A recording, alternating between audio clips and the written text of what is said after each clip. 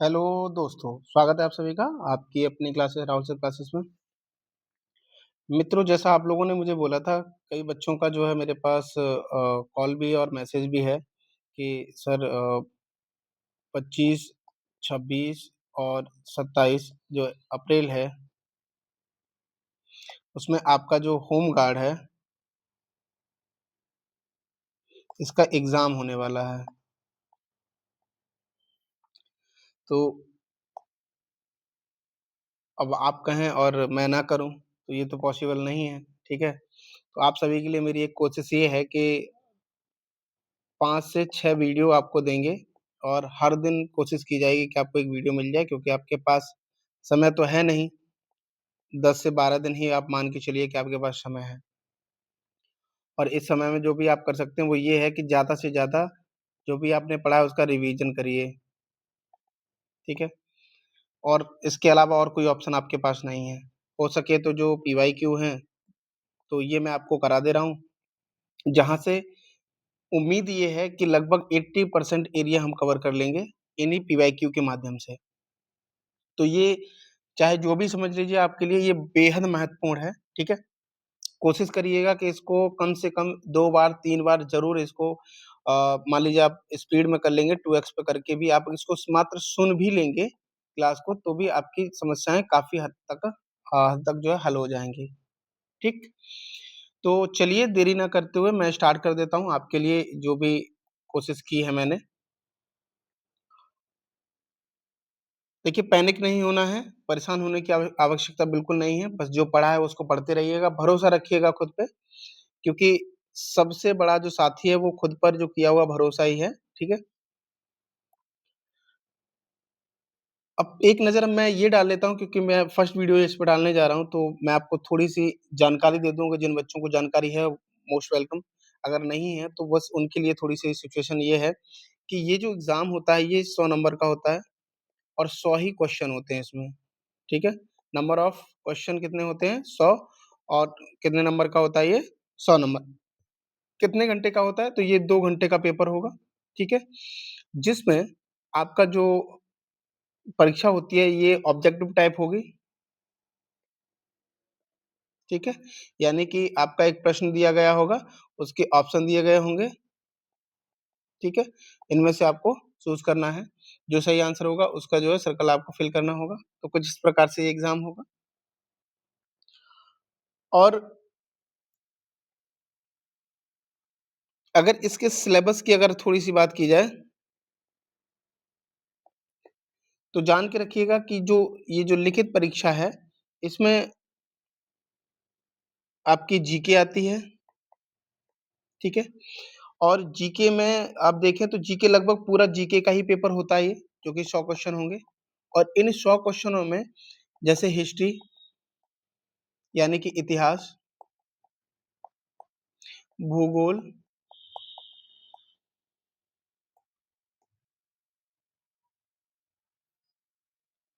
ठीक है?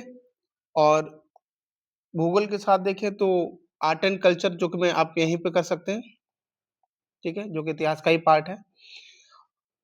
और उसके बाद अगर देखें तो जैसे कृषि है, यहाँ से प्रश्न पूछे जाते हैं, व्यापार है, यहाँ से क्वेश्चन आते हैं आपके, उद्योग भी आप देख सकते हैं, ठीक है? तो यहाँ से प्रश्न आएँगे।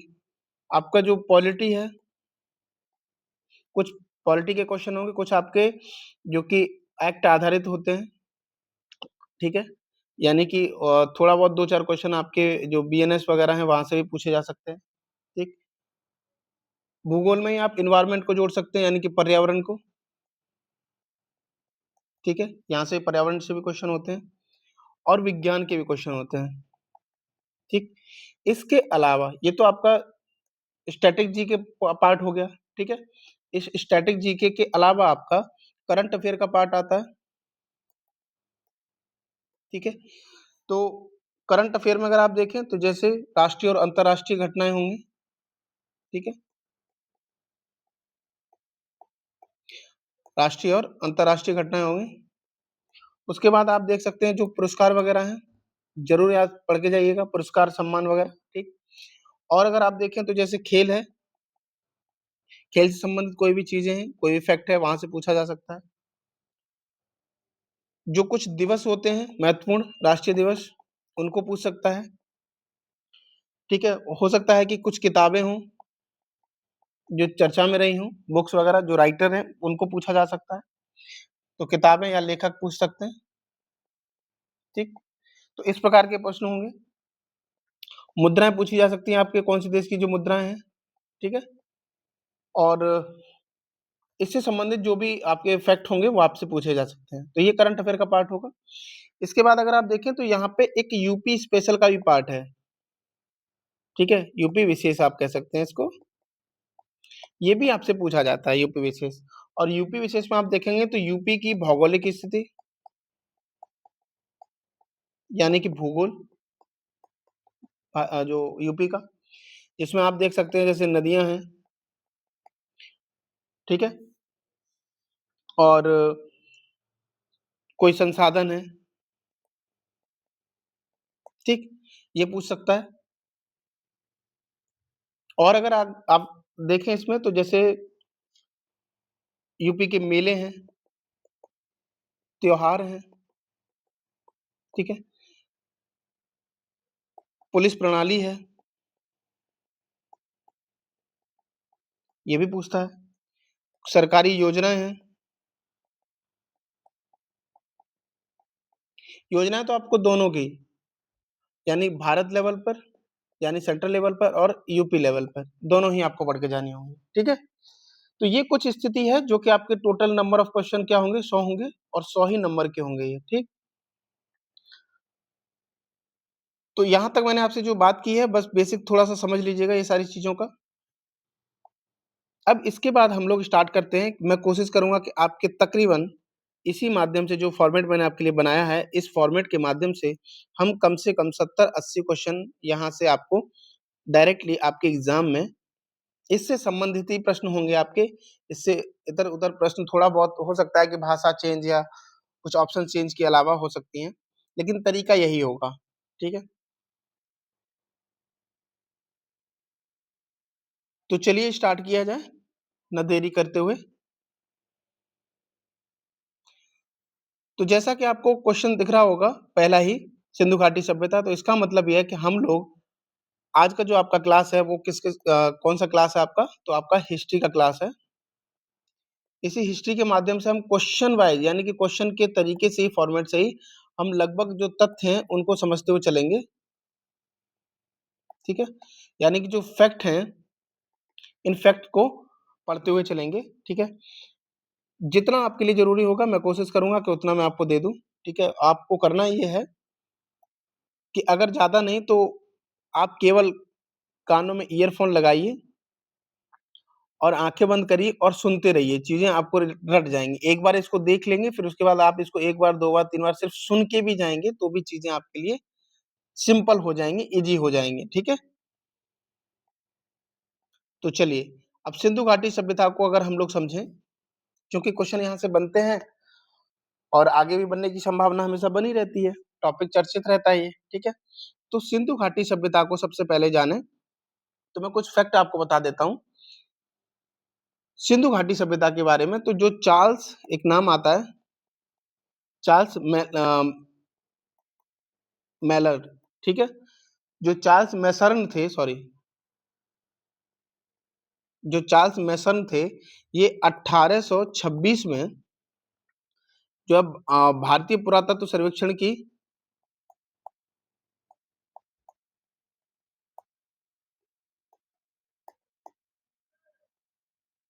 पुरातत्व सर्वेक्षण की क्या करते हैं, नींव रखते हैं। और अगर इसकी जो स्थापना किसने की, अगर ये कहा जाए भारतीय पुरातत्व सर्वेक्षण के जो स्थापित करने वाले कौन थे, तो आपको नाम याद रखना है लॉर्ड कर्जन का।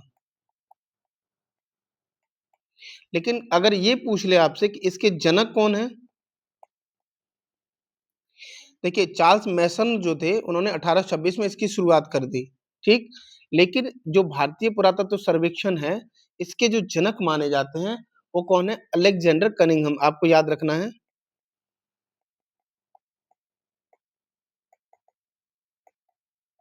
ठीक है, अलेक्जेंडर कनिंघम। तो ये 3 तथ्य आपको मिल गए। 1826 में चार्ल्स मेसन के द्वारा इसको जो है स्थापित किया गया। लेकिन स्थापित जो किसके द्वारा किया गया, तो लॉर्ड कर्जन के द्वारा। और जनक कौन माना जाता है भारतीय पुरातत्व सर्वेक्षण के, तो अलेक्जेंडर कनिंघम को जनक माना जाता है। अगर यहीं पे आप देखें तो पहले जो निदेशक थे इसके,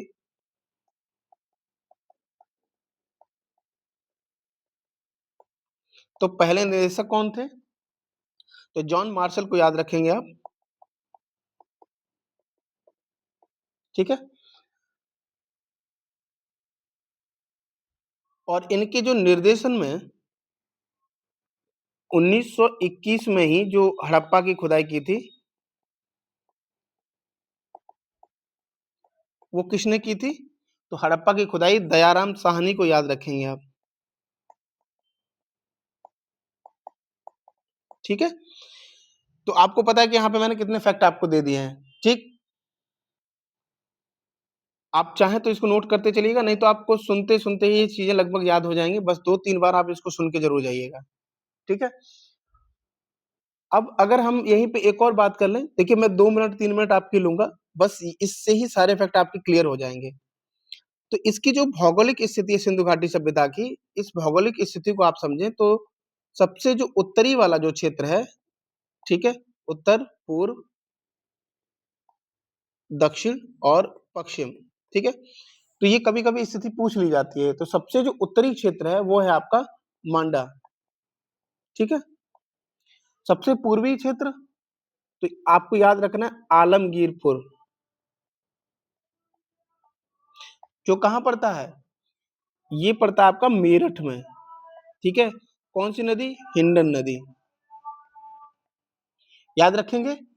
जो सबसे पश्चिमी क्षेत्र, सॉरी दक्षिणी क्षेत्र है, वो आपका है दैमाबाद। कहाँ है ये, महाराष्ट्र में। और ये जो मांडा है वो जम्मू कश्मीर में। ठीक है। किस नदी के उस पे है ये, तो आपको याद रखना है चिनाब। ठीक। राइटिंग थोड़ी सी हो सकती है कम समझ में आए, लेकिन कोशिश करिएगा, क्योंकि मैं बोलता भी चल रहा हूँ साथ में, तो अगर आप चाहें तो लिख सकते हैं। तो हमने उत्तरी, पूर्वी और दक्षिण क्षेत्र की बात की। उसके बाद देखते हैं पश्चिमी क्षेत्र। तो पश्चिमी क्षेत्र में आता है सुत कांगे डोर, याद रखना है आपको। ठीक। ये कहाँ पड़ता है, तो ये पड़ता है आपका बलूचिस्तान जो प्रांत है, पाकिस्तान का। कौन सा प्रांत, बलूचिस्तान। ठीक है, वहां पड़ता है ये। कौन सी नदी के किनारे, तो दास्क नदी। ठीक है। ये फैक्ट हो गया आपके लिए। चलिए आगे बढ़ जाएं।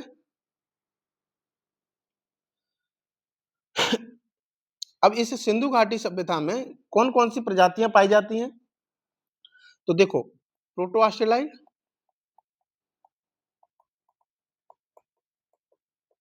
ठीक। दूसरा आप देख सकते हैं जो भूमध्य सागरीय क्षेत्र है।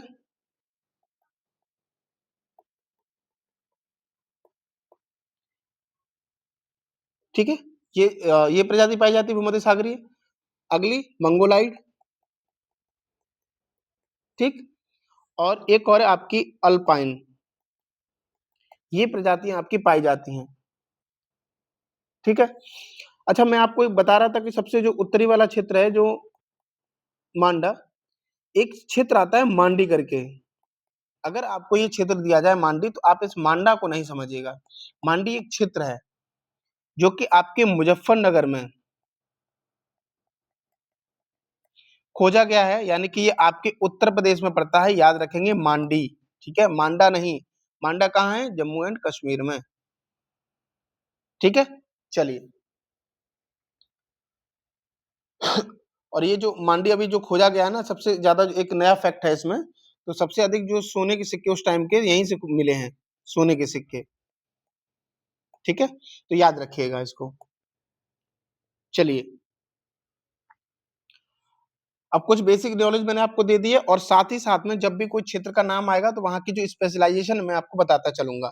तो हम लोग प्रश्नों के माध्यम से स्टार्ट करते हैं। मैंने आपको कई सारे फैक्ट यहाँ पे दे दिए हैं। सबसे पहला जो क्वेश्चन है कि सिंधु घाटी सभ्यता का काल किसे माना जाता है? तो आपको आंसर क्या करना है? देखिए मैंने साथ ही साथ में आंसर दे दिया जिससे आपको चीजें पता चलती रहें, ठीक है? तो 2500 ईसा पूर्व से 1750 ईसा पूर्व इसका काल जो है कालखंड माना जाता है। तो ऑप्शन हो जाएगा बी। सिंधु घाटी सभ्यता का सबसे बड़ा नगर कौन सा था? तो आपको पता है मोहनजोदड़ो इसका नगर है। आपको यही मैं बता देता हूँ कि देखो देखो क्या है कि सिंधु घाटी जो सभ्यता है इसको नाम बोला जाता है क्योंकि ये सिंधु नदी के तट पर ज्यादातर बसी हुई बस्तियां हैं, इसीलिए इसको क्या कह दिया जाता है? सिंधु घाटी सभ्यता। इसी को हड़प्पा सभ्यता भी कहा जाता है, इसी सिंधु सभ्यता को ही। तो हड़प्पा क्यों कहा जाता है? क्योंकि पहला खोजा हुआ स्थल है ये। सबसे पहले जो स्थल खोजा गया था वो कौन सा था?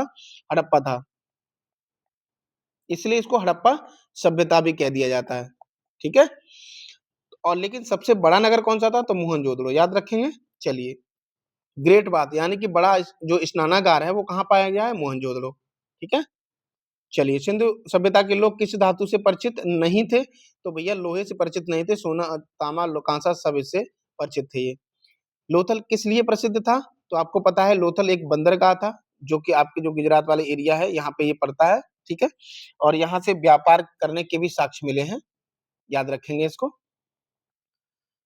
ठीक है। और जो व्यापार था ज्यादातर देखेंगे आप तो जो कृषि से संबंधित था चीजें उसी से व्यापार, इसका मतलब आपसे अगर पूछ लिया जाए प्रश्न में कि यहाँ की जो अर्थव्यवस्था थी वो किस पे आधारित थी, तो आपको ये बताना है कि कृषि पर आधारित थी। किस पर? कृषि पर, ठीक है। चलिए, सिंधु घाटी सभ्यता की लिपि कैसी थी? तो देखो अपठती है लेकिन भाव चित्रात्मक थी, याद रखेंगे, भाव चित्रात्मक। एक सेकेंड, ह्यूमन एरर है ये, ठीक है। कैसी थी? भाव चित्रात्मक, लेकिन अभी तक इसको पढ़ा नहीं जा सका है। हड़प्पा सभ्यता का दूसरा नाम क्या है? मैंने आपको जस्ट बताया था हड़प्पा सभ्यता का सिंधु सभ्यता आप कह सकते हैं, ठीक है। सिंधु सभ्यता का प्रमुख व्यवसाय क्या था? तो सिंधु सभ्यता का व्यवसाय आपको मैंने अभी बता ही दिया है, कृषि है। कालीबंगन कहाँ स्थित है? तो देखो भैया कालीबंगन राजस्थान में स्थित है, ठीक है। अब कालीबंगन नाम आया तो कुछ फैक्ट जान लीजिए कालीबंगन के बारे में। देखिए यहाँ से अग्निवेदी, तो अग्निवेदिका का साक्ष्य यहाँ से मिला है, जिसको आप अग्निकुंड कह सकते हैं, याद रखने के लिए, ठीक है। अग्नि कुंड, सुनते चलिएगा, इसके साक्ष्य मिले हैं। और यहां से शल्य चिकित्सा के साक्ष्य मिले हैं। किसके? शल्य चिकित्सा के। शल्य चिकित्सा मतलब देखिए यहाँ पे एक जो खोपड़ी है,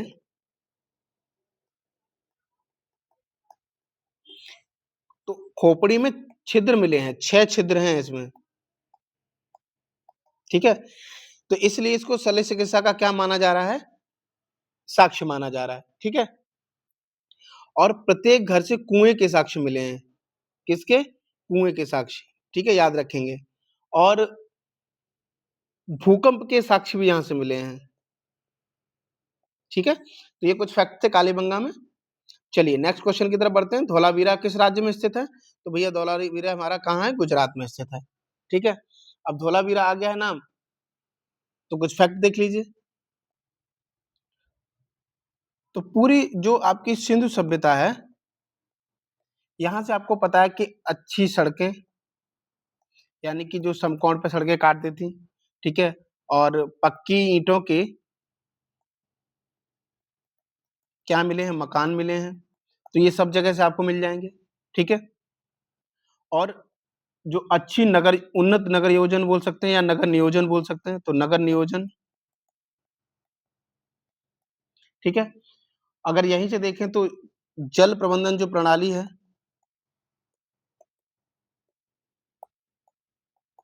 उन्नत किस्म की थी, ठीक है। कुछ शिलालेख भी यहाँ से मिले हैं, ठीक है। मतलब अब पढ़ा नहीं जा सका, एक बड़ा लिपि का जो है साइन बोर्ड मिला है यहाँ से, ठीक है। तो जो आपका साइन बोर्ड है वो मिला है। यहीं से आपको देखने को मिलेगा कि स्टेडियम जैसा ढांचा मिला है,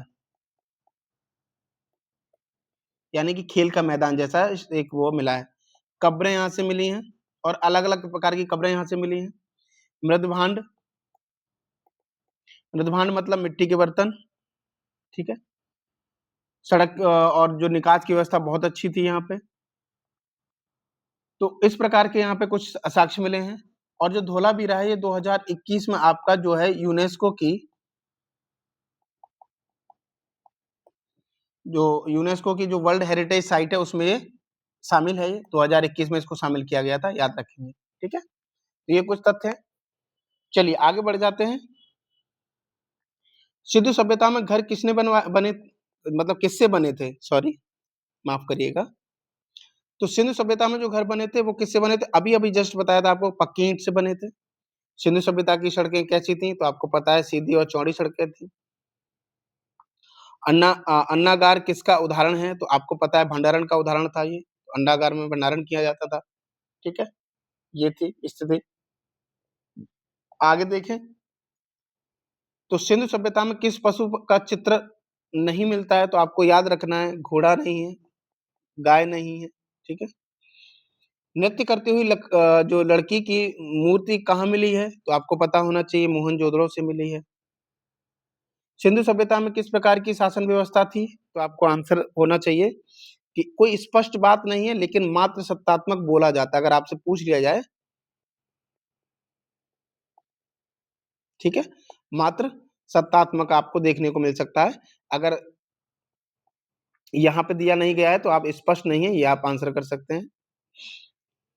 सिंधु सभ्यता का पतन किस कारण हुआ था, तो सिंधु सभ्यता का जो पतन है वो आपको स्पष्ट नहीं है, क्योंकि अलग अलग जो इतिहासकार हैं,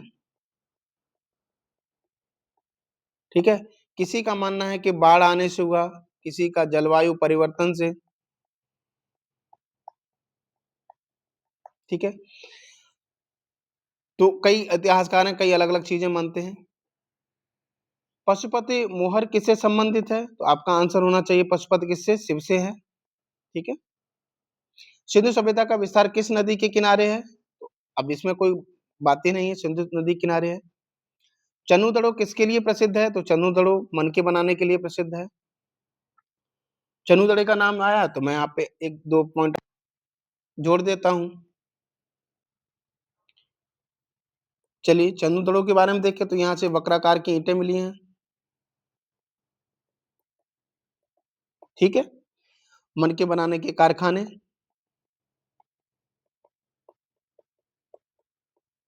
कारखाने। ठीक है, और एक झूकर झांगर, ये संस्कृति है, इसका साक्ष्य मिला है। एकमात्र स्थल है ये जो दुर्गीकृत नहीं है, दुर्गीकृत नहीं है। ठीक है, और यहीं से अगर आप देखें तो काजल, कंघी, लिपस्टिक, ठीक है, इसके साक्ष्य मिले हैं। बैलगाड़ी के साक्ष्य मिले हैं। तो ये कुछ तथ्य हैं, इसके लिए मैंने आपको बता दिया। यहाँ पे आगे बढ़ते हैं। राखी गढ़ी कहाँ स्थित है, तो राखी गढ़ी भैया आपका हरियाणा में स्थित है। सिंधु सभ्यता में किस फसल की खेती होती थी, तो सिंधु सभ्यता में गेहूं की। ठीक है, ज्यादातर गेहूं की खेती होती थी, बाकी और भी खेती होती थी। सिंधु सभ्यता के लोग किससे व्यापार करते थे, तो मेसोपोटामिया से इनका व्यापार था। मोहनजोदड़ो का अर्थ क्या है, तो मृतकों का टीला इनका है। अब मोहनजोदड़ो के बारे में थोड़ा सा फैक्ट जान लीजिए। क्या है मोहनजोदड़ो का फैक्ट, तो देखो भैया, यहाँ से सूती वस्त्र का साक्ष्य मिला है। ठीक है, मलेरिया के साक्ष्य मिले हैं, और चांदी का साक्ष्य मिला है, और कांसे की नर्तकी मैंने आपको बता ही दिया है।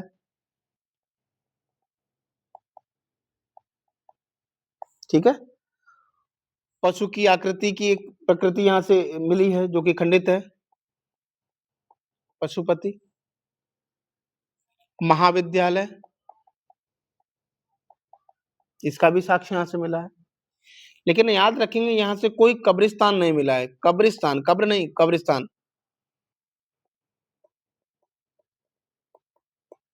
नहीं मिला है।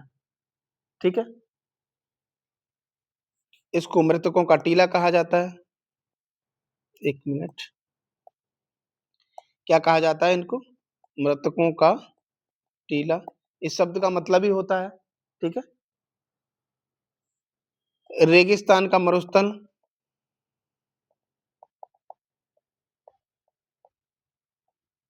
ठीक है, तो ये कुछ तथ्य थे यहाँ से। आगे बढ़ते हैं, अगला क्वेश्चन है हमारा, सिंधु सभ्यता की प्रमुख विशेषता क्या थी? तो सिंधु सभ्यता की विशेषता नगर नियोजन थी। ठीक, तो ये थे आपके हड़प्पा सभ्यता या सिंधु घाटी सभ्यता के कुछ फैक्ट थे जो आपके लिए मोस्ट मोस्ट इंपोर्टेंट है ये। ठीक है, चलिए अब एक टॉपिक हमारा खत्म हो गया है। हमें लगता है कि हमने तकरीबन 25 मिनट में, चूंकि इसमें हमने आपको थोड़ा सिलेबस भी बताया है तो हमने इसलिए समय लगा इसमें। चलिए अगला टॉपिक की तरफ बढ़ते हैं, वैदिक काल की तरफ। ठीक है, तो वैदिक काल के कुछ क्वेश्चनों के समझें पहले। पहला क्वेश्चन है कि आर्य शब्द का अर्थ क्या है? तो आर्य शब्द का मतलब होता था श्रेष्ठ या कुलीन।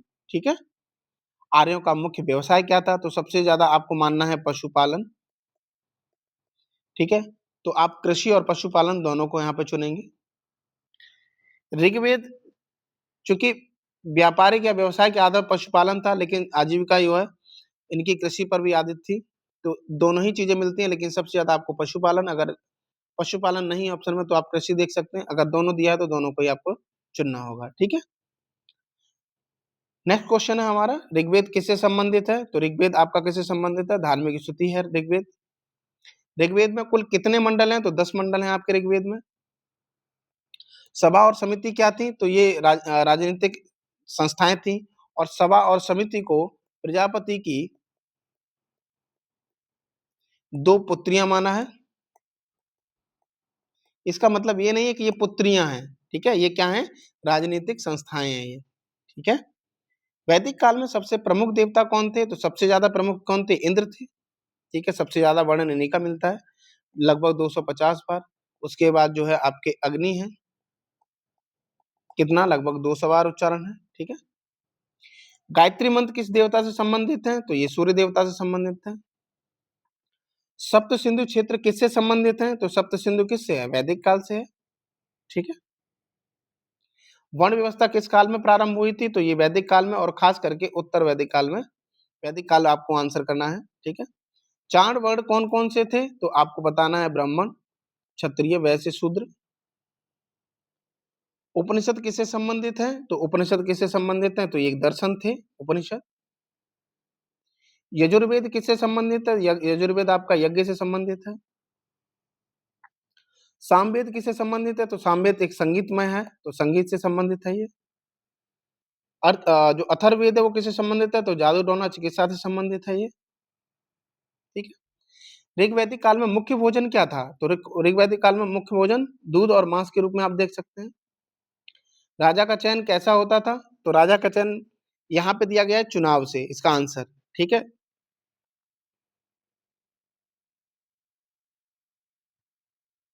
चलिए राजसूय यज्ञ किससे संबंधित था? तो राजसूय यज्ञ राजा की शक्ति से संबंधित था। अश्वमेध यज्ञ किससे संबंधित था? तो अश्वमेध का उद्देश्य होता था अपने साम्राज्य का विस्तार करना। अगर आपको नहीं याद हो तो आपको रामायण देखनी है। मैं पूरी रामायण देखने की बात नहीं कर रहा, आप देखेंगे उसमें लवकुश कांड है जो, ठीक है, वहां पे क्या होता है कि घोड़ा छोड़ा जाता है, वो साम्राज्य के विस्तार के लिए ही है। ठीक है, तो साम्राज्य के विस्तार के लिए होगा। नेक्स्ट क्वेश्चन है हमारा, वेदांग कितने हैं? तो 6 हैं आपके वेदांग। ठीक है, गृहपति किसे कहा जाता है? तो गृहपति किसको कहा जाता है? परिवार के मुखिया को कहा जाता था गृहपति। जन शब्द का मतलब, देखिए वैसे तो कबीला है, लेकिन अगर ऑप्शन में नहीं है तो आप जन समूह या जनजाति को भी आप कबीला मान सकते हैं। ठीक है, पुर का अर्थ क्या होता है? पुर का मतलब होता था किला या नगर। दास शब्द का अर्थ क्या है? तो दास शब्द का अर्थ क्या होगा? सेवक। ऋग्वेद में किस नदी का सबसे अधिक उल्लेख मिलता है? तो सबसे ज्यादा मिलता है सिंधु का, नदी का, और उसके बाद जो मिलता है वो सरस्वती का। अगर यमुना की बात की जाए तो इनका 3 बार उल्लेख है, और गंगा का भावुक नहीं होना है, केवल 1 बार उल्लेख है। ठीक है, तो यहाँ ऑप्शन में दिया गंगा, यमुना, सरस्वती, नर्मदा, तो इसका मतलब सरस्वती का हो जाएगा।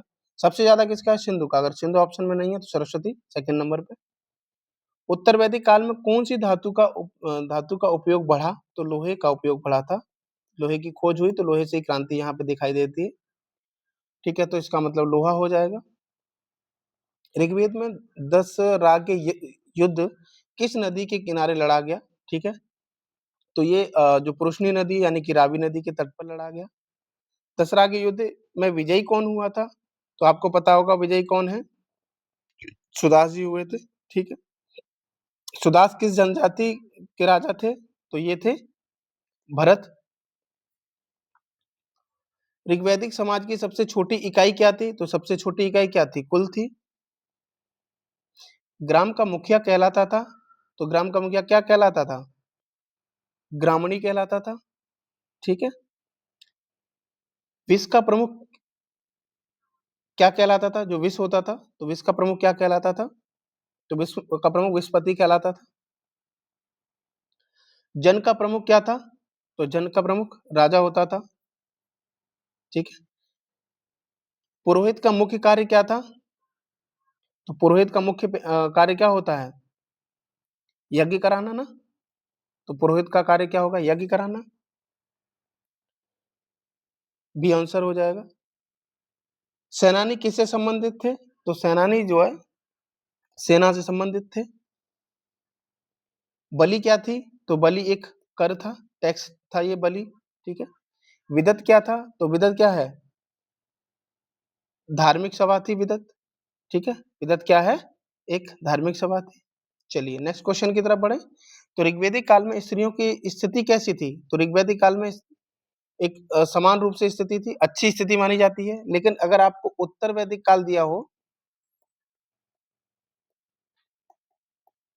ठीक है, यानी जो आपका वैदिक काल है, इस वैदिक काल को दो भाग में बांटा जाता है। एक है आपका ऋग्वैदिक काल, एक है उत्तर वैदिक काल। जो ऋग्वेद से जानकारी मिलती है, सारी जानकारी जो ऋग्वेद के आधार पर इस कालखंड को बनाया गया है, इसलिए इसको ऋग्वैदिक काल बोलते हैं। ठीक है, उसके बाद के काल को उत्तर वैदिक काल बोलते हैं। तो उत्तर वैदिक काल में महिलाओं की स्थिति क्या थी? धीरे धीरे खराब होने लगी थी। ठीक है, स्थिति क्या होने लगी थी? खराब होने लगी थी। चलिए, अपाला और घोषा कौन थी? तो अपाला और घोषा ऋषि कहाँ थी? ये ऋषि मुनि थी। ठीक है, लगभग 5-6 इनका जो है मिलता है जिन्होंने ऋचाओं की जो है रचना की है। ठीक है,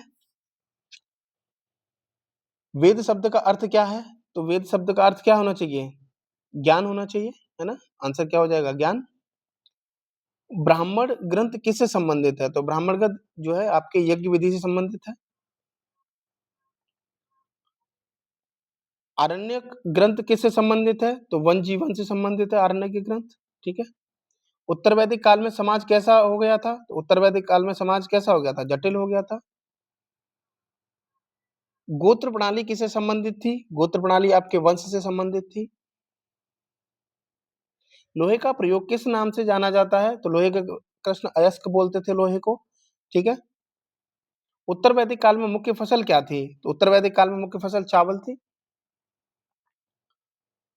गौ का महत्व किस कारण था? तो गौ को अगन्य माना गया था बेसिकली। ठीक है, तो इसके धार्मिक, आर्थिक और सामाजिक सभी कारण थे। ठीक है, अगन्य इसको कहा जाता था, और अगन्य का मतलब होता था न मारा जाने वाला।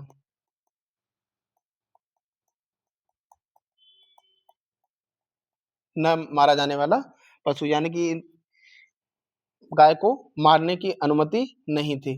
ठीक है, निष्क क्या था? निष्क आभूषण या मुद्रा थी। ठीक है, ऋग्वेद में गविष्टि का अर्थ क्या है? तो ऋग्वेद में जो गविष्टि है वो है आपकी युद्ध या गायों के लिए। ठीक है, उत्तर वैदिक काल में राजा की शक्ति कैसी थी? तो राजा की शक्ति बहुत अधिक होती थी। वेदों का संकलन किसने किया था? तो वेदों का संकलन जो है वेद व्यास ने किया। तो ये था आपका वैदिक काल। ठीक है, कुछ फैक्ट जान लेते हैं। वैदिक काल,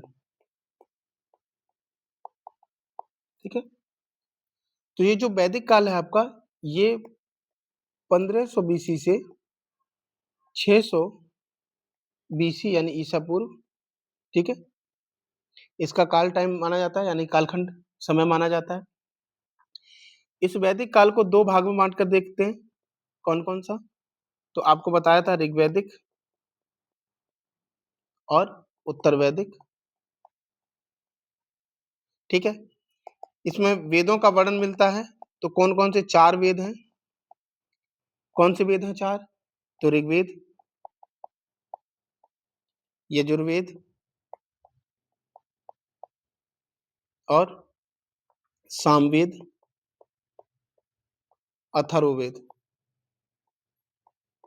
ठीक? इन 4 वेदों का वर्णन मिलता है। वहीं अगर देखें, तो जो आपका ऋग्वैदिक काल है, यानी जो ऋग्वेद है सॉरी, इसमें कुल कितने हैं मंडल हैं? 10 मंडल हैं और 1028 सूक्त हैं, ठीक है? जो आपका गायत्री मंत्र है, ये किस मंडल में है? तो ये तीसरे मंडल में है। आपको बताया था ये किससे संबंधित है, तो ये सूर्य को समर्पित है, ठीक है?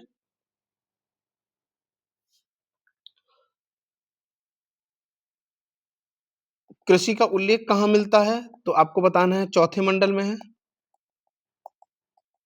ठीक है? कृषि का उल्लेख मिलता है। और जो 10 राज्य जो आपको युद्ध हुआ,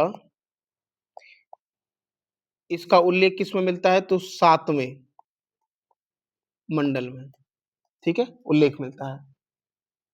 तो ये जो किस-किस के बीच हुआ था? तो ये होता है आपका, एक तरफ 10 राजा थे और एक तरफ थे राजा सुदास, और इन्हीं की विजय होती है, ठीक है? जिसमें अगर आप देखें तो कुछ आर्य थे राजा, कुछ अनार्य भी थे, ठीक है? आर्यों में याद रखने के लिए आपको बस बोल दे रहा हूँ, यदु, पुरु, अनु, दुहा, तुर्वस, ये आर्य थे। अनार्य में देखें तो अनिल, एक थे भक्य, एक थे यलानाश और एक शिवी है, एक विशानी है, ये नाम मिलते हैं। तो ये 10 राजा थे एक तरफ, ठीक है? विजय कौन होती है? किसकी होती है? सुदास की होती है। अब वहीं पे आपको याद रखना है कि जो 9वां मंडल है, ये आपसे पूछा जा सकता है, ये किसको समर्पित है? तो ये सोमदेव को समर्पित है, ठीक है?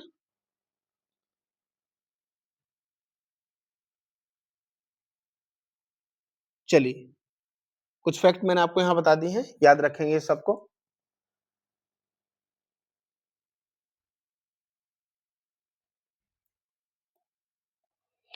कुछ और भी आपके लिए ज़रूरी पॉइंट्स हो सकते हैं, मैं वो भी थोड़ा-सा 5 मिनट में आपको क्लियर कर देते हैं, ठीक है? चलिए, जब फैक्ट बात हो ही रही है तो थोड़ा-सा फैक्ट देख लीजिए। तो जो आपका यजुर्वेद है, ये आपका कर्मकांडी वेद है, आपसे पूछा जा सकता है, ठीक है? कर्मकांडी वेद है ये, और ये चंपू शैली में लिखा गया है।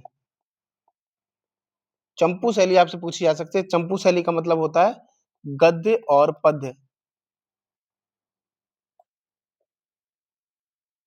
गद्य और पद्य शैली में लिखा गया है, ठीक है?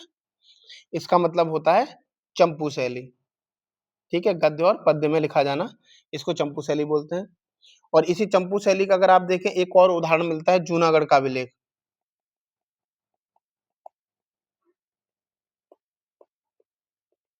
ठीक है?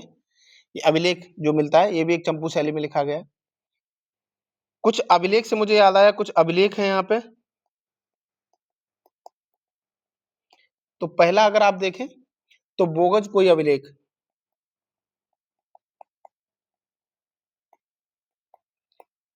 अभिलेख, ठीक है? स्थिति इसकी देखें तो मध्य एशिया, लगभग 1400 ईसा पूर्व, ठीक है?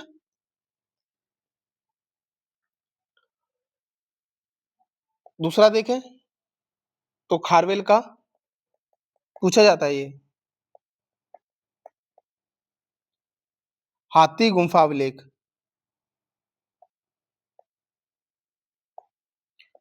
हाथी गुम्फा अभिलेख। ठीक है? इसी में हमारे खारवेल में जो हाथी गुम्फा अभिलेख है, इसी में भारतवर्ष नाम मिलता है हमारे देश का। ठीक है? भारतवर्ष। याद रहेगा?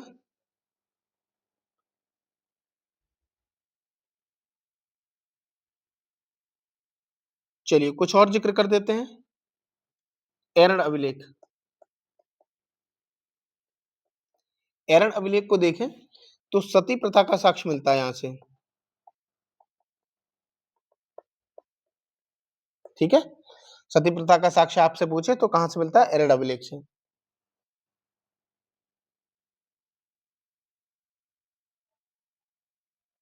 चलिए, तो अगर आप देखना चाहें तो जो वेद हैं, तो हमने बताया आपको 4 वेद हैं। ठीक है? उन चारों वेदों को अगर देखें तो जैसे ऋग्वेद, तो ऋग्वेद के जो देवता हैं वो कौन है? अग्नि है। पुरोहित को देखें तो होता, और उपवेद देखें तो आयुर्वेद। ये आपकी जानकारी लिए बता दिया है, हो सकता है आपसे पूछा जा। ठीक है? इसी तरीके से अगर आप देखें तो सामवेद है। सामवेद के देव कौन है? सूर्य हैं। ठीक है? और जो पुरोहित उद्गाता कहा जाता था। और अगर उपवेद देखें तो गंधर्व वेद। ठीक है? यजुर्वेद को देखें तो यजुर्वेद के देव कौन है? तो वायु है। पुरोहित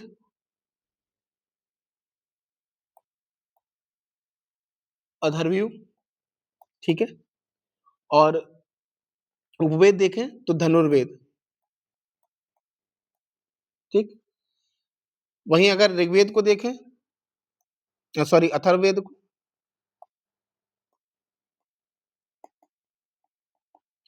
अथर्ववेद को देखें तो इनके जो देव हैं वो हैं चंद्रमा। ठीक? पुरोहित ब्रह्मा। और जो उपवेद है वो है शिल्पवेद। ठीक है? याद रखेंगे इतनी जानकारी? चलिए, बहुत है इतनी जानकारी आपके लिए। पूछेगा तो इसी में से पूछ लेगा। चलिए नेक्स्ट की तरफ बढ़ते हैं हम लोग।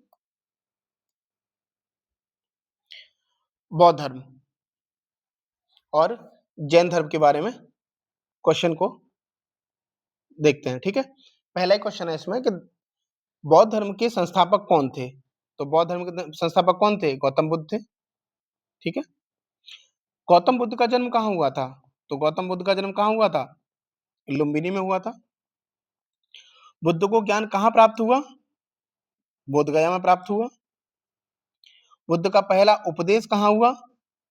तो कहाँ हुआ था? सारनाथ में हुआ। बुद्ध का महापरिनिर्वाण कहाँ हुआ?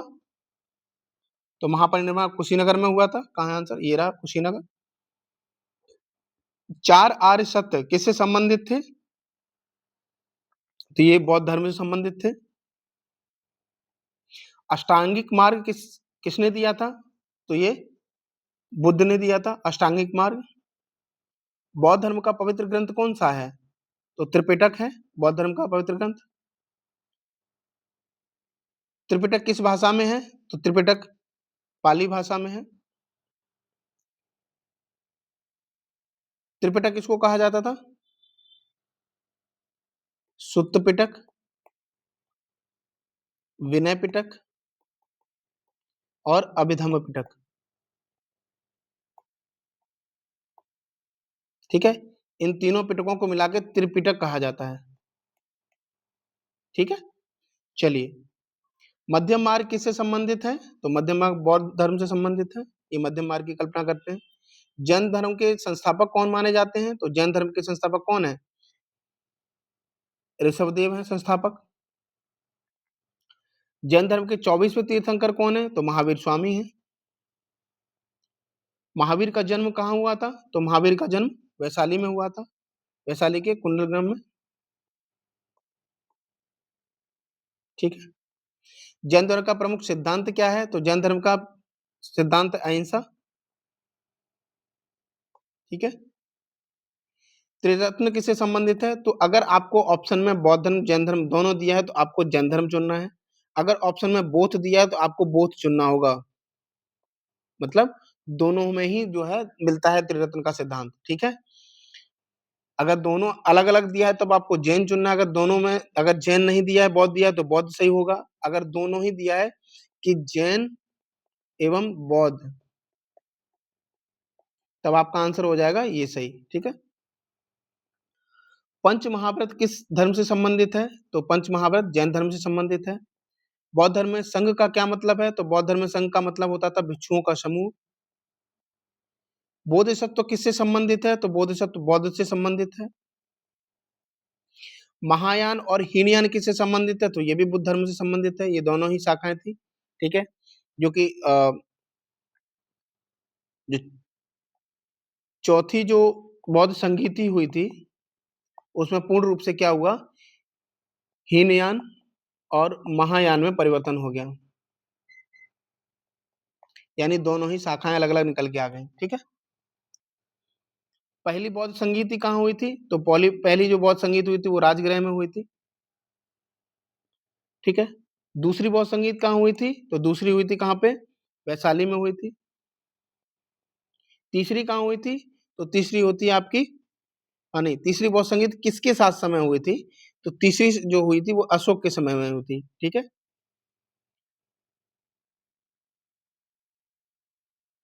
अब यहीं पे इन बौद्ध संगीत को एक बार क्लियर कर लिया जाए। तो जो फर्स्ट वाली हुई थी बौद्ध संगीति, ठीक है? तो ये राजगृह के कहाँ हुई थी? जो सप्तपर्णी गुफा है, वहां पे हुई थी। संरक्षक कौन था? किसके शासनकाल में हुई? तो अजातशत्रु, ठीक है? अध्यक्ष कौन थे इसके? क्या नाम था? तो महाकश्यप, महाकश्यप या महाकश्यप, ठीक है? कब हुई थी? तो महापरिनिर्वाण के बाद हुई थी, 483 ईसा पूर्व, ठीक है? बुद्ध के महापरिनिर्वाण की बात हुई थी ये। और इसमें अगर देखें तो जो सुत्त पिटक है आपका और विनय पिटक, इसका संकलन किया गया, ठीक है? ये थी पहली। सेकंड वाली देखें, दूसरी,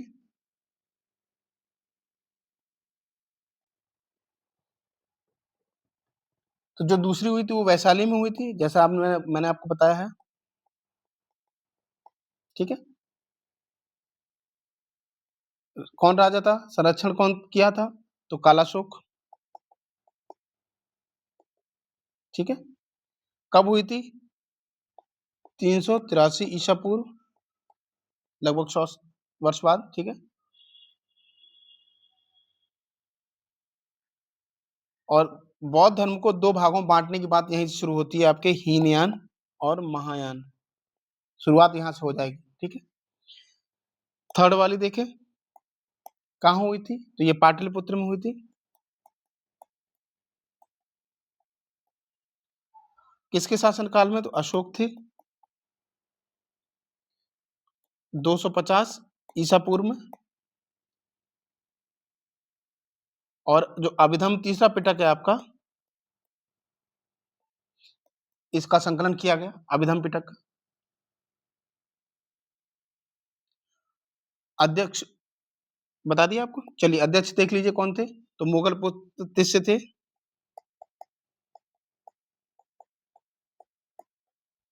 ठीक? चलिए लास्ट है आपकी चतुर्थ, चौथी संगीति। कहाँ हुई थी ये आपकी? तो कुंडलवन।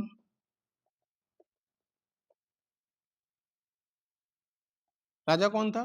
तो कनिष्क थे, कनिष्क के शासनकाल में हुई।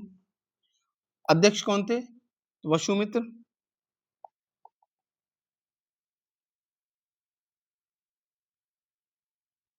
और जो आपके महायान और हीनयान, इन दोनों का यहाँ से विकास होना स्टार्ट हो जाएगा। ठीक है, तो ये कुछ 4 बौद्ध संगीति हुई हैं जिसके बारे में हमने आपसे चर्चा कर ली। ठीक है,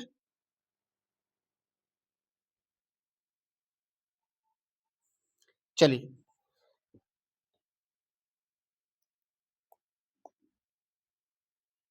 अब क्वेश्चन की तरफ बढ़ते हैं।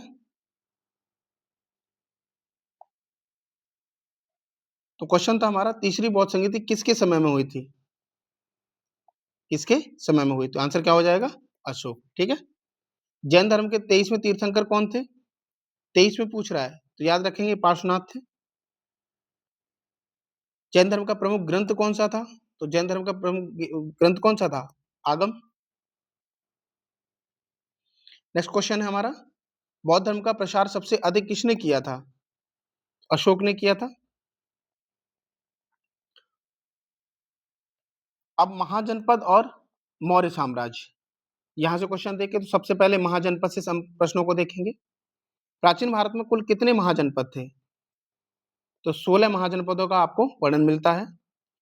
महाजनपद शब्द का अर्थ क्या है? तो महाजनपद शब्द का अर्थ है बड़ा राज्य। ठीक है,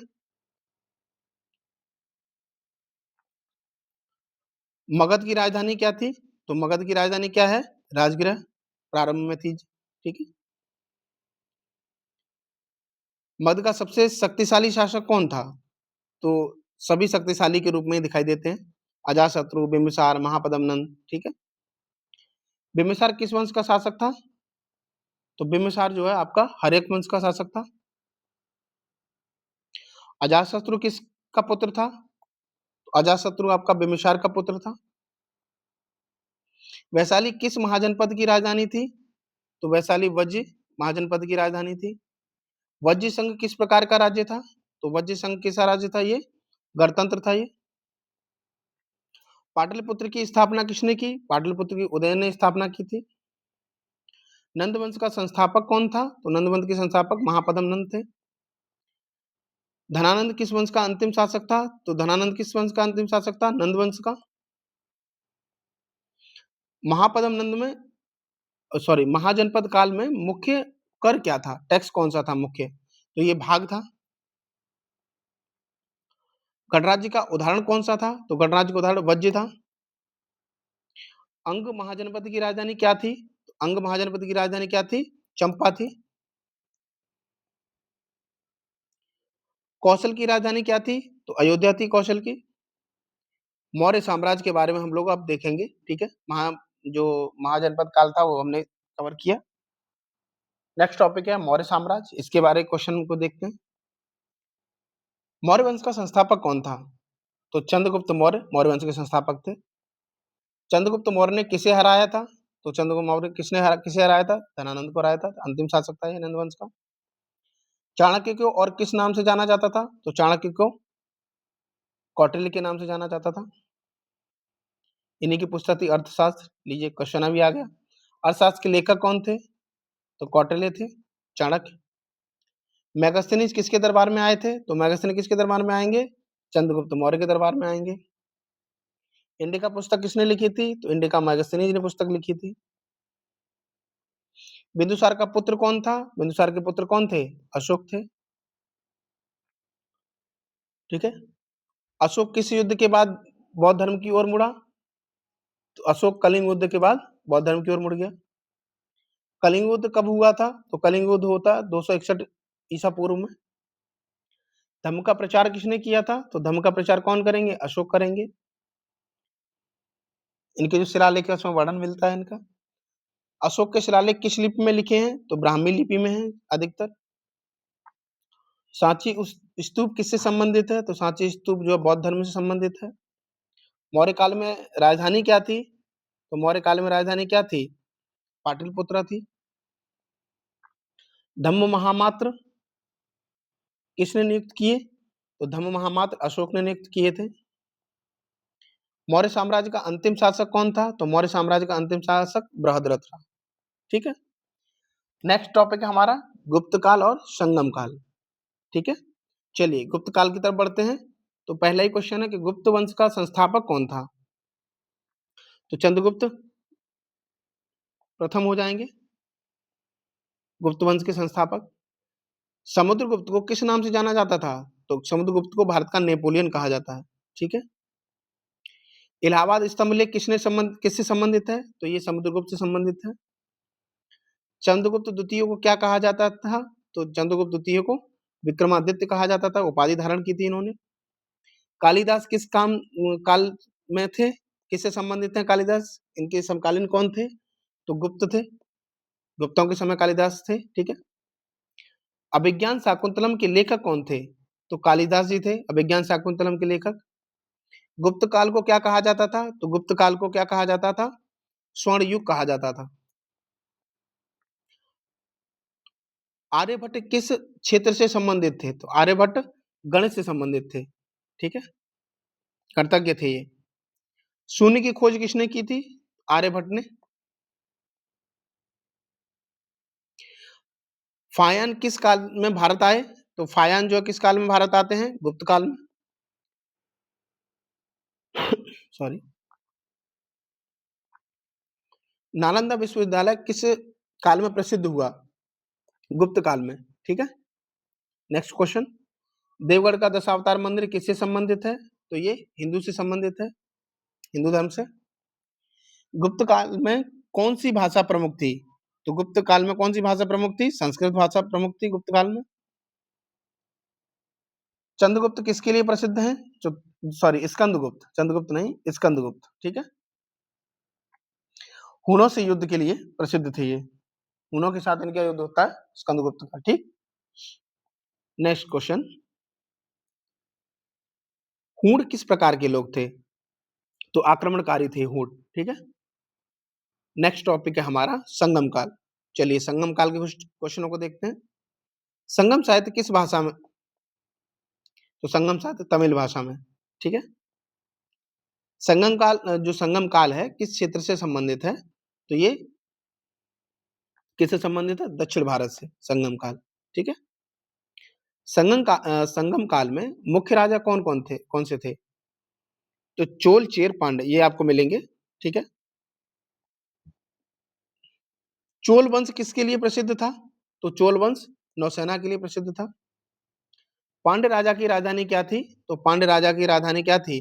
मदुरै थी। चेर राजा किसके लिए प्रसिद्ध था? तो चेर राजा जो है व्यापार के लिए प्रसिद्ध थे। संगम काल में व्यापार किसके साथ होता था? तो संगम काल में व्यापार जो है रोम के साथ होता था। ठीक है। मुरुगन किसके देवता थे? तो मुरुगन जो है युद्ध के देवता माने जाते हैं। ठीक है। तोलकाप्यम क्या है? तो तोलकाप्यम एक व्याकरण ग्रंथ है। ठीक है। संगम का अर्थ क्या है? तो संगम का अर्थ है सभा। संगम काल में समाज कैसा था? तो संगम काल में समाज कैसा था? सरल था। संगम काल में मुख्य पेशा क्या था? तो कृषि थी मुख्य पेशा संगम काल में। कावेरी नदी किससे संबंधित है? तो कावेरी नदी दक्षिण भारत से संबंधित है। तंजावुर किसके लिए प्रसिद्ध है? तो तंजावुर किसके लिए प्रसिद्ध है? तंजावुर जो है चोल के लिए प्रसिद्ध है, चोल राज्य के लिए। संगम काल में कौन सा धर्म प्रमुख था? तो हिंदू धर्म संगम काल में प्रसिद्ध था।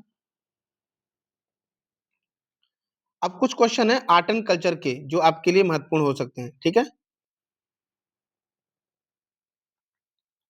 पहला क्वेश्चन है भरतनाट्यम किस राज्य का नृत्य है? तो भरतनाट्यम किस राज्य का नृत्य है? तमिलनाडु। ठीक है। कथक किस क्षेत्र से संबंधित है? तो कथक उत्तर भारत से संबंधित है। कथकली, तो कथकली किससे संबंधित है आपका? केरल से। आप इसी चैनल पे जो शॉर्ट वीडियो है उसमें जाएंगे तो आपको यहाँ पे 2 शॉर्ट्स वीडियो मिल जाएंगे जिसमें ये सारे ही व्याख्या की गई है, मतलब आपको सारे ही चित्रित करके दिखाए गए हैं। ठीक है। तो आप चाहें तो वहां से भी देख लीजिएगा, वरना वीडियो के लास्ट में मैं आपको यहाँ पे लगा दूंगा तो आप जाकर के उसको भी देख लीजिएगा एक बार। ठीक है। चित्रित हो जाएंगी चीजें तो याद बनी रहेंगी। अगला क्वेश्चन है ओडिसी किस राज्य से संबंधित है? तो जो ओडिसी नृत्य है वो ओडिशा से संबंधित है। ठीक है। ये आपके शास्त्रीय नृत्य हैं। जो आपसे बहुत बार पूछे गए हैं, ठीक है? कुचिपुड़ी कहाँ किससे संबंधित है? तो आंध्र प्रदेश से कुचिपुड़ी। मोहिनीअट्टम तो केरल से है मोहिनीअट्टम, केरल का है ये मोहिनीअट्टम शास्त्रीय नृत्य, ठीक है? शास्त्रीय नृत्य किस राज्य का है? तो शास्त्रीय नृत्य जो है असम, सत्रिया जो जिसको बोलते हैं, जो सत्रिया नृत्य है वो असम का है। गरबा तो ये गुजरात से है। भांगड़ा ये पंजाब से होगा। लावणी किस राज्य का नृत्य है? तो लावणी जो है आपका महाराष्ट्र का है नृत्य ये, ठीक है? कथकली तो कथकली जो है किस प्रकार का मेकअप होता था कथकली में? तो आप देखेंगे रंगीन व भव्य इसमें मेकअप होता था, ठीक है? नाट्य शास्त्र के लेखक कौन है? तो नाट्य शास्त्र के लेखक कौन है? भरत मुनि। अजंता गुफाएं किससे संबंधित हैं? तो अजंता गुफाएं किससे संबंधित हैं? बौद्ध से। एलोरा गुफाएं मुख्यतः किससे संबंधित हैं? तो एलोरा किस राज्य में स्थित है? सॉरी, क्वेश्चन है आपका किस राज्य में स्थित है? तो आंसर हो जाएगा महाराष्ट्र में है ये। कोणार्क का सूर्य मंदिर कहाँ है? तो कोणार्क का सूर्य मंदिर कहाँ है? उड़ीसा में है। खजुराहो मंदिर किस राज्य में स्थित है? तो खजुराहो मध्य प्रदेश में स्थित है। बृहदेश्वर मंदिर कहाँ स्थित है? तो बृहदेश्वर मंदिर तंजावुर में स्थित है। ताजमहल किसने बनवाया था? ताजमहल किसने बनवाया था? ये भी बताना पड़ेगा। शाहजहां ने। मधुबनी चित्रकला किस राज्य की है? बिहार की। वारली चित्रकला किस राज्य से संबंधित है? तो महाराष्ट्र से है ये वारली चित्रकला। कलमकारी कला किससे संबंधित है? तो कलमकारी कला किससे संबंधित है? वस्त्र कला से। सितार किस प्रकार का वाद्य है? तो किसार जो है तो सितार जो है तार है, ठीक है? तबला किस प्रकार का वाद्य है? तो तबला किस प्रकार का है? ताल का। हिंदुस्तानी संगीत किस क्षेत्र से संबंधित है? तो ये उत्तर भारत हिंदुस्तानी संगीत, ठीक है? कर्नाटक संगीत कहाँ का है? कर्नाटक संगीत कहाँ का होगा? दक्षिण भारत का हो जाएगा। संस्कृत किस प्रकार की भाषा है? तो संस्कृत कैसी भाषा है? प्राचीन भाषा है संस्कृत, ठीक है? रामायण के लेखक कौन है? तो वाल्मीकि जी हैं रामायण के लेखक। महाभारत के लेखक कौन है? तो वेद व्यास महाभारत के लेखक हैं। गीता किस ग्रंथ का भाग है? तो गीता महाभारत का है, ठीक है? भारत की शास्त्रीय भाषाएं कौन कौन सी हैं? तो भारत की शास्त्रीय भाषाएं कौन सी हैं? संस्कृत और तमिल, इन ऑप्शनों में से, ठीक है? कुचिपुड़ी नृत्य में किसका विशेष महत्व होता है? तो कुचिपुड़ी नृत्य में किसका विशेष महत्व है? नाटक शैली का, ठीक है? घूमर किस राज्य का लोक नृत्य है? तो घूमर राजस्थान का हो जाएगा। मैंने कहा ना आपको शॉर्ट वीडियो जो पड़े हैं उसमें जाकर देख लीजिएगा, आपको सारी चीजें मिल जाएंगी। स्टेट वाइज भी वहां पे चीजें दी गई हैं, ठीक है? एक एक स्टेट करके वहां के सारे फैक्ट दिए गए हैं, तो वो भी आप जाकर के एक एक मिनट में आप कवर कर सकते हैं, ठीक है? राउफ किस राज्य का नृत्य है? तो राउफ आपका कश्मीर का क्षेत्र का जो नृत्य है। छाऊ नृत्य किस राज्य से संबंधित है? तो छाऊ नृत्य किससे संबंधित है? उड़ीसा, झारखंड और बंगाल, ठीक है? कथक में मुख्य रूप से क्या दिखाया जाता है? तो कहानी के रूप में ये प्रदर्शित की जाती है। यक्षगान किस राज्य का नृत्य नाटक है? तो ये कर्नाटक का है यक्षगान। नौटंकी किस प्रकार की कला है? नौटंकी जो है लोक नाटक है ये। सांझी कला किससे संबंधित है? तो सांझी कला चित्रकला से संबंधित है। फण चित्रकला किस राज्य की है? तो फण चित्रकला राजस्थान की है। पट्टचित्र किस राज्य की कला है? तो पट्टचित्र जो है उड़ीसा की है। कलीघाट चित्रकला कहाँ की है? कलीघाट तो ये कलीघाट हो जाएगी कोलकाता की। कसे कली कसे कोलकाता, याद रखेंगे। तंजौर जो चित्रकला है वो किस राज्य से संबंधित है? तो ये तमिलनाडु से है। मिनिएचर पेंटिंग विकास किस काल में हुआ था? तो मिनिएचर पेंटिंग का विकास मुगल काल में हुआ। मुगल चित्रकला पर किसका प्रभाव था? तो मुगल चित्रकला पर फारसी प्रभाव पड़ता है। वीणा किस प्रकार का वाद्य यंत्र है? तो वीणा जो है तार वाद्य यंत्र है, ठीक है? बांसुरी किस प्रकार का वाद्य यंत्र है? तो बांसुरी कैसा हो जाएगा? वायु, ठीक है? घुंघरू किससे संबंधित है? तो घुंघरू जो नृत्य से संबंधित है, ये भी बताने वाली बात नहीं है। हिंदुस्तानी संगीत में कितने स्वर होते हैं? तो भैया 7 स्वर होते हैं, ठीक है?